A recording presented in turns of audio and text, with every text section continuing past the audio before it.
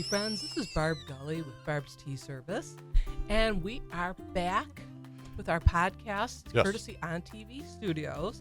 And as always, I'm here with studio engineer, co-host, and arm candy, Chris Gully. Hi, Chris. Here we are again. We're tanned, we're rested, and we're cold. Yes. So we did take a little hiatus. It's been 3 weeks since we've been in the studio. Yes. And a lot's happened since then. We're going to share some of it today. Right. Whatever we can work in. But just a few updates since we were last in the studio. On a sad note, Yes. we were still hopeful that the Lions were going to be in the Super Bowl. Our dreams are dashed again. Yep. But still hopeful Yep. for this season. Very good. Fingers crossed. All right. Okay.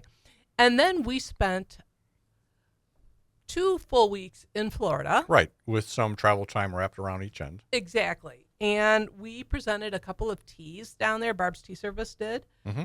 We went to 3 presidential homes on the way up. Wow. And we hosted a community fish fry. Uh-huh. Yeah, we did. And as I said, we do have a lot to talk about. And I've got my countdown clock here. Yes. To keep us within 30 minutes. Focus. You got to focus. Exactly. So here's what we will talk about. All right, here we go. If we have time, hopefully. We'll talk about our Florida tea, TEA, and TEE times. Right.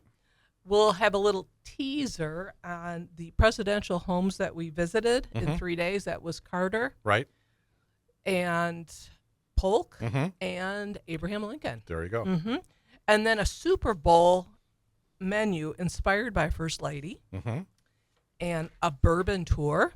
Yes. Fun. And finally, Yes. our in-out list. Excellent. Been long anticipated, at least by 3 people. All right. Yes. And it's finally here. All right. So, but first tea. All right. Ah. Okay, so today we're trying Black Cask Bourbon from Harney & Sons Tea. And Chris, you got it on the camera? I do. Okay, and you can see it's got that nice Mm-hmm. container Right. tin. And I picked this, no surprise, because we were in Kentucky for Yes. part of our trip, Uh-huh. bourbon country. It is. There's a bourbon tour. Right, we visited a distillery. Yep. So I thought we'd try a little of this Black Cask Bourbon tea. Exciting. Here we Let's go. give it a try. Okay, and I also Yeah. want to Oh. show Oh, let me go back. There you go. Okay. this is a mug I'm drinking, Yep. using today, is from Plains, Georgia, Uh-huh. one of the museums of Jimmy Carter's, and this was in the gift shop. So Yes. there's my Jimmy Carter It's official. tea mug. You're a presidential tourist. I am. All right. Okay, so what do you think of the tea, Chris? So, so it's definitely has. So it's a black tea. It's got a bit of smokiness, in it, and I would say, kind of an earthy, peaty. Not over loaded with it by any stretch, but it's got some complexity, I would say, and I did pick up a. So when we were on the bourbon tour, Mm-hmm. so we at the end of it, we had little tiny snifters of their different product Right. offerings. So we were instructed on how to properly That's right. go into a tasting. Do you remember what that was? That was you bring it up and you open your mouth slightly, kind of bring it into your nose and out through the mouth so you engage all of your tasting and smelling senses all at the same time. The one time when you could be a mouth breather and be impressed. Yeah, exactly. Oops, sorry. Okay. Yeah. Can't do both. All right. Sorry. Right. Yeah. Okay. All right. So anyway, so that's my my thing. I think this would go good with some chocolate cookies or something like that. Because it can really handle Right. some sweetness. The earthiness that you're picking up, Right. it is a black tea blend. It also includes Lapsang Souchong. Okay. So we talked about that. That's got that kind of campfire Right. Yeah. taste to it. There's also some bourbon flavors, but there's no bourbon. Okay. You All know, right. it's still the morning. Well, yeah, that's right. Yeah. We have to be respectful. We would be sleeping by the end of this podcast if there was. Interesting, though, is when we were in Kentucky a few years ago, we Right. made a stop in Danville, Kentucky. Yes. In Elmwood Inn Teas. Right. And Bruce Richardson, the owner, great tea educator, Mm-hmm. he was there, and he suggested we try their bourbon Yes. tea. Right. And right. it was really good. Yeah. And we are out of it. Oh. Yes, we'll have to stop by again. But that also contained Lapsang Souchong. Yes, So yeah. that's what they're using to replicate that sort of earthy, smoky taste of bourbon. Yeah, I get that. Yep. Okay. Okay, so I'm going to say I like this one. Yes. Okay, so we did go, as you mentioned, we went to a distillery and we went to Maker's Mark. Yes. But before we get to that, just wanted to Mm-hmm. try and keep some of sequence of events. Right. Right. So We're all over the place we're again. all over the place. Yep. So as I mentioned, when we were down in the villages, we did some tea time. Yes. Uh-huh. And Barb's Tea Service presented 2 back-to-back Downton Abbey-inspired afternoon teas. You're a busy lady, a busy tea lady. We were so busy. And what happened was, the reason we did 2 Mm-hmm. is when the schedule, the catalog of Right. classes came out Right. in the villages. It was late summer, early fall. Apparently it sold out Yes. in a week. Right. So the program director called me and she said, do you think you could do another program? And you said, of course. Naturally. Yeah. But she said, we've got a waiting list and it's growing. Yeah. So we said, sure, because the venue that we were at could only hold 50 people Comfortably. Yeah. comfortably, and that was perfect. Yeah. So we had a lovely, lovely time. A shout out to great friend and BTS team member Pam Yes. for serving all that tea. We turned that little venue into a tea room. You got it done. We did. We got it done. And the guests were, like I said, they were wonderful. A lot of them came dressed in period attire. Yes. And you know what? There were a lot of gents at that event as well, I don't doubt that one bit. because there's a lot of Downton Abbey Yes. fans that are male. Yeah. We're loud and we're proud. Yes, but our gents were not at No. the tea time. No. You and Quentin had your own tea time. We did. Ha ha ha. Yeah, I've been getting a lot of mileage out of Yeah. the Yeah. tea and tea time. The homophone. Homophone. So I think I'll give that a rest for a bit. You know what? You can keep going. That's all right. All right. You're thank allowed. you. It's your podcast.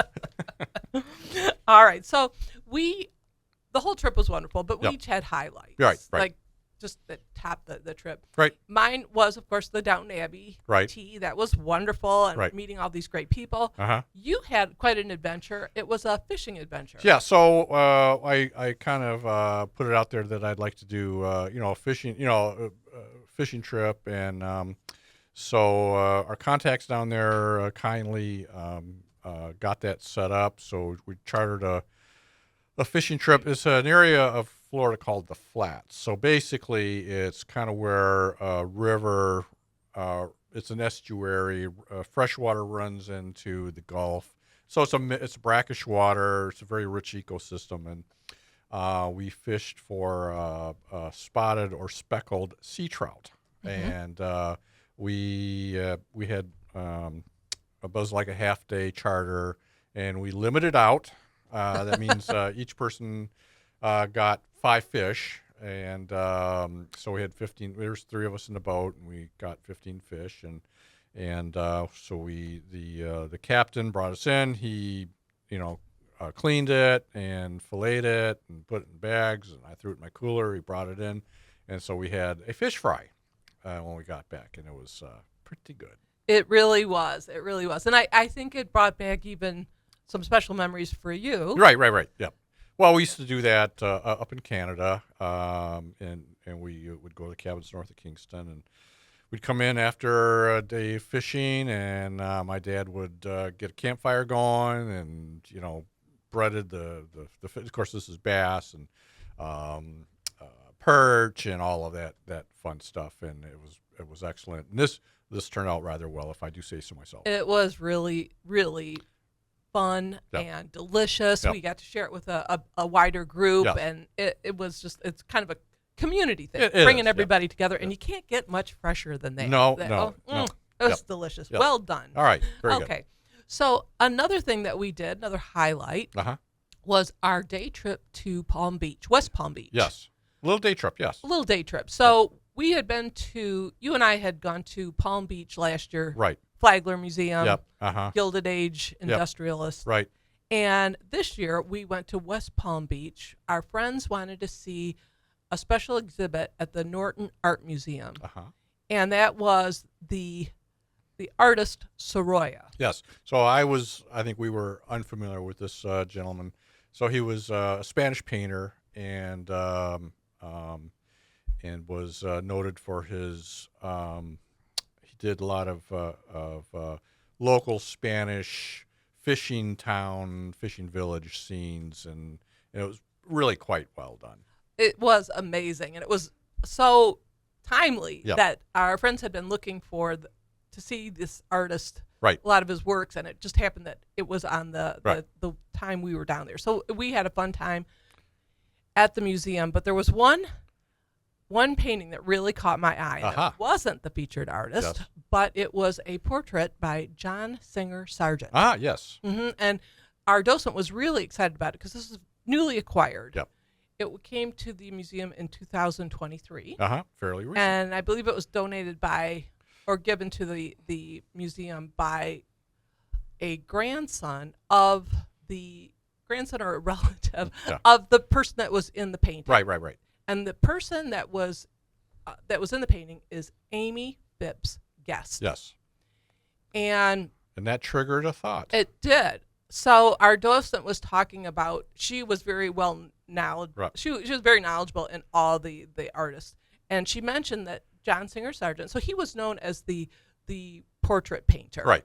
And he Of the hoi polloi. of the hoi polloi. He really did do a lot of the high and mighty Right. portraits, and she mentioned that his style. So he's in the late 1800s, Right. early 1900s, and his style was to paint what he saw. Right. So she pointed out that this Amy Phipps Guest had Yep. dark circles under her eyes. Yes. She was a very handsome woman, and it's like, oh, I guess I see that now. Yeah. But Yeah. she wasn't. But I suppose in today's lens Yeah. of the Instagram and the Yeah. filter, where Yeah. everybody Looks great, looks oddly perfect. Yeah. But anyway. like us. Yeah. Okay. So anyway, I asked our docent, is this Amy Phipps Guest, is she any relation? Is she connected to CZ Guest? Right. And the docent said she wasn't sure. Right. So after we left the museum, I did a little online research, and I found out that there was actually a connection. Right. And this was pretty exciting. Huh. So get out your BTS bingo cards, Done. because we're talking Gilded Age and British aristocracy. Okay, we're hitting all the marks. Okay, go. Okay, so CZ Guest was a wealthy socialite. Right. She came from a wealthy family, Boston Brahmin, Right. rich in Yep. history and Yeah, yeah. genealogy. She marries into the Guest family, who are also very wealthy. Yeah. And they lived in Palm Beach. They had a home in Palm Beach. So Yes. it wasn't a stretch for me to Right. say, are they connected? But anyway, going back to last year, the FX had a series Right. called Truman Capote versus the Swans. Right. CZ Guest was one of his swans. Uh-huh. So Truman Capote Right. wrote, he was a writer, of course, Right. and he became real famous when In Cold Blood was Right. published and made into a movie. Right. So he became, part of the Right. high society. Right. And in particular, this group of women Mhm. who were well-connected, Right. rich, and beautiful. Right. And he referred to this small clique as his swans. Uh-huh. They're tall, Yeah, and yeah. thin, and pretty. One of them was Anderson Cooper's mother, Gloria Vanderbilt, Ah. and one of them was CZ Guest. Mhm.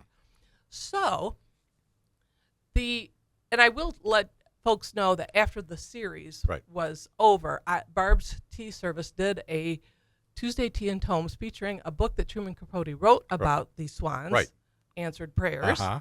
and then the book called Capote's Women, Yes. which was what the series was based Right. on. And Okay. it kind of got him in trouble with them. It did get him in trouble because he was the swans used Truman Capote as their confidant, Right. and he The published wrong choice. right. He aired a lot of their dirty laundry Uh-huh. in public, and Right. it was embarrassing. And some of these swans cut him off. Right. So It was poorly received. it was, yes. So CZ Guest, again, one of Right. those swans, she married into the Guest family. Right. And here's where it gets wild. Okay. Okay, hold Okay, on. here we go. So she marries William Frederick Churchill Guest. Okay. Right. Sounding kind of familiar. Yes. His father is Frederick E. Guest. Okay. His parents are Ivor Guest Okay. and Lady Cornelia Spencer Churchill. There's a lot of names going on here. There is. A lot of dots to connect. All right. Here we go. Okay, so say, are you still with me? Yep. Okay. So Lady Cornelia Spencer Churchill was the daughter of John Spencer Churchill, Okay. who was the 7th Duke of Marlborough. Okay. And we're like on the 12th, 13th now, just for context. Yes, So, yes. yeah. Because in our Downton Abbey and Gilded Age Tea Talks, we talk about Consuelo Yeah. Vanderbilt, Right. Mm-hmm. daughter of wealthy Americans who married the 9th Duke of Marlborough. Okay. And their ancestral home is, Blenheim Palace. which we visited in 2018. We did. So, A fine home. not bad. Yeah. So that was kind of a mind-blowing connection. Right. For many of us. Here we go. Okay. But here's another one. Yep. CZ Guest's husband Uh-huh. had a brother, and his name was Raymond. Okay. Raymond, Yes. in 1935, he marries Elizabeth Lily Yep. Polk. Uh-huh. Uh-oh. Uh-huh. Here's a name. She's the daughter of Frank Polk and Right. also a relative of President James K. Polk. And we saw the house. Here's what a great segue, if Yeah. I do say so myself, All right. about our next topic. All right, here we go. And this is James K. Polk, his wife Sarah, First Lady, Right. and the Super Bowl. Okay. We're going there. Okay. So now I do want to mention that we did those 3 visits, Right. 3 presidential homes, 3 days, Right. 3 different states, A whirlwind. a whirlwind. And our first podcast of 2025, Mm-hmm.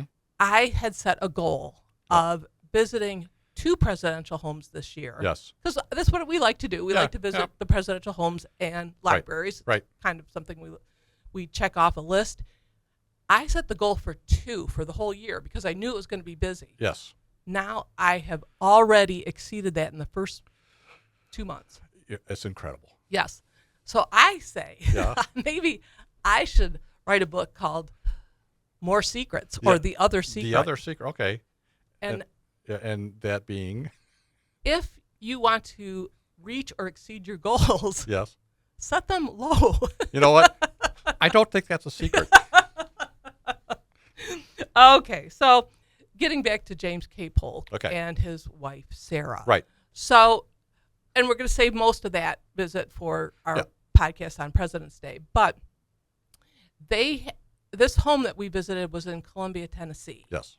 And what's really great about it is it has a lot of the furnishings Right. and belongings of James K. and his wife. Which is kind Sarah. of unusual. It is. So it had her beautiful china. Uh-huh. It had some of the family portraits. Right. And a lot of red velvet furniture. That was a thing. It was a thing. And that was Sarah's favorite color, Oh, apparently. Here we go. Okay, so I'm going to All right. move over rather All right. indelicately here. All right. Let me know when you're ready. Okay, so Good. There we go. Okay. you have the book up there? I do. Okay, so in the gift shop, and guess what? There was a gift shop. What? Big surprise. Yep. And it had this book called Provisions in Politics, Recipes Honoring Lady Sarah Polk. Mm-hmm. And it was published in 2003. This marked her 200th birthday. Right. Right. And it was put out by the James K. Memorial Association. It was to pay tribute to the First Lady as well as a fundraiser. Yeah, It okay. served as a fundraiser. Right. Okay, and many of the recipes come from association members all over the place. Right. They're not necessarily period foods. Right. But there are bite-sized pieces, if you will, Ooh. of interesting facts about James and Sarah. Mm-hmm. And one of the tidbits is that they really loved to entertain. Uh-huh. She really did. She was the vivacious one, and here we go. Okay, we're back. Okay. Yes, she was the extrovert with Yeah. the capital E. And he might have been on the spectrum. He was. It seems like he wasn't terribly Very hardworking. very person. hardworking. Yeah. That was what really got him going. Right. So anyway, there's an account in the book about how Sarah really loved to entertain, Right. and sometimes it'd be they had 3 dinners a week. Right. So in the book they have this account, and I'm going to read this Okay. of what they spent in the month of August 1846. Okay. The food items. Right. They consumed 115 pounds of beef, Okay. 10 whole chickens, Okay. 102 pounds of corned beef, 80 pounds of veal, 134 pounds of ham, and 19 dozen eggs. Well, was that for lunch or whatever? That's a lot of food. That is a lot of food, and this would also be enhanced by regular food. Right. This included fish, birds, and calves' heads. Calves' heads. Yes. Okay. Nice. Yes. Okay. I can imagine that on a platter. Wouldn't that be something? Right. Okay. So another nice thing about this book is that it breaks up the recipes in categories like beverages and desserts, but it also puts together menus at the beginning, and it pulls from these different categories. Right. So they have a poolside summer Okay. supper, winter supper by the fire, Okay. and yes, Mm-hmm. Super Bowl Sunday supper. Wow. Isn't that something? Yeah. And guess what? Super Bowl Sunday is coming up. Okay. Mm. And I thought I might prepare one of the dips that's in this menu Okay. for my brother's party. Yes. His annual party. And I want everyone to know, any of those who are attending, just don't worry, there will be no calves' heads. I'm kind of disappointed now. All right. But now, sadly, there's no afternoon tea menu. Uh, But they do have a recipe for Claudia's mint tea. okay. And I'm going to make that up at Pemberley Pines this summer because Nice. Well, we have got a lot of mint. mint in our tea garden. All right. Nice. Okay. So we will stay tuned for that. Okay. Right. So leaving Tennessee, Mm-hmm. we go north to Kentucky. Right. And we stop at the boyhood home of Abraham Lincoln. Yes. And all this history, Mhm. 3 days of Right. Yep. history immersion. Then we did something kind of with an old-fashioned twist. Whoa. Okay. Oh, in Bourbon country, we Yeah. stopped at a distillery, bourbon distillery, Right. Maker's Mark. Mm-hmm. And what did you think of that? Oh, it was a lot of fun. It was a gorgeous day. It was like, I don't know, 68 degrees. Yes, yes. And it was kind of our last little bit of warm weather Right. before we crossed into the desolation that is Michigan winter. Oh, yeah. But anyway, so it was well done. Took about an hour and went through the grounds and learned a lot. And we did a tasting at the end. We got our tasting tips, and then I learned a new skill. Oh, right. Okay, so they told us about the husband and wife team. Right. So this was Bill and Maggie Samuels, Mhm. and he was the one that really worked on the product. Right. But she was the marketer. Right. And she also had a collection of English pewter. Uh huh. We actually saw a part of that collection. Right. There was a pewter teapot. Uh huh. A Nice. little bit of tea. There you go. Okay, included. that's our connection. Yeah, that's We will pull at anything. And she observed that all of this pewter had an imprint from where it was from, Right. the artist. Right. And that was the Maker's Mark. Yes. She said, this is our product that Yep. we're giving. Right. This is our Maker's Mark. Yes. That's where the name came from. And she was also the one who came up with that distinctive cap. Right. They have the red wax seal. Right. And they also, if you want, Mm-hmm. you can Yep. do that yourself. You can put on your own. Purchase a bottle. Purchase a bottle and Right. then do your own wax Yes. dipping, Yeah. So which they, you did. So they set you up with a dangerous vat of hot wax. And you had to sign a waiver. Yeah. You had to wear protective. I had to wear an apron and sleeves and gloves and eyewear. That's right. And so then they bring you up on the stage and. Oh yes, this was. I want to say this is to all my risk management friends. Yes. LQ, this is for you because you're always concerned about how are they taking care of this. Yeah. So yes, they put you up on stage, and we had a lot of members. It was a smaller tour group, right. But nobody wanted to do to it. be first, yes. And you did it. Yes. And I modeled the way, and I successfully dipped my bottle of bourbon, and without incident, I would add. Yes. And I have it now, and now I've got to open it at some point. Yes, but you encouraged other tour members because they said, "Oh, well, okay." If that idiot can do it, I can do it. All right. Okay. So it looks like we have just about 5 minutes remaining. Yep. Mm-hmm. Okay. So just a few things. Wanted to mention that our in-out list is finally out. Yes. It's in our January blog. Yes. And so many things are in and out. Right. And one of them is one thing that's out. Yes. Or was supposed to be out. Yeah. Was With Love, Meghan. Uh-huh. A lifestyle series on Netflix featuring Meghan Markle. Right. And this was tastefully postponed, right. the air date, because of the tragic wildfires in California. Right. So the air date's going to be in March. Okay. And if nothing else happens. If nothing else, yes, fingers crossed. But you know what her motto is? What is it? Their goal is not perfection. Their goal is joy. Joy. I thought it was, let's ruin the royal family. Well, I could be wrong. I don't know. It could be a subcategory. Right. But we also embrace that. And I will tell you that Barb's Tea Services podcast is in. Aha. Uh-huh. All right. And we, too, our goal isn't perfection. No. Our goal is to show up. It is. And I think it's something that actually it shows that we don't. And I think we have perfected being imperfect. All right. And have low hanging goals. Right.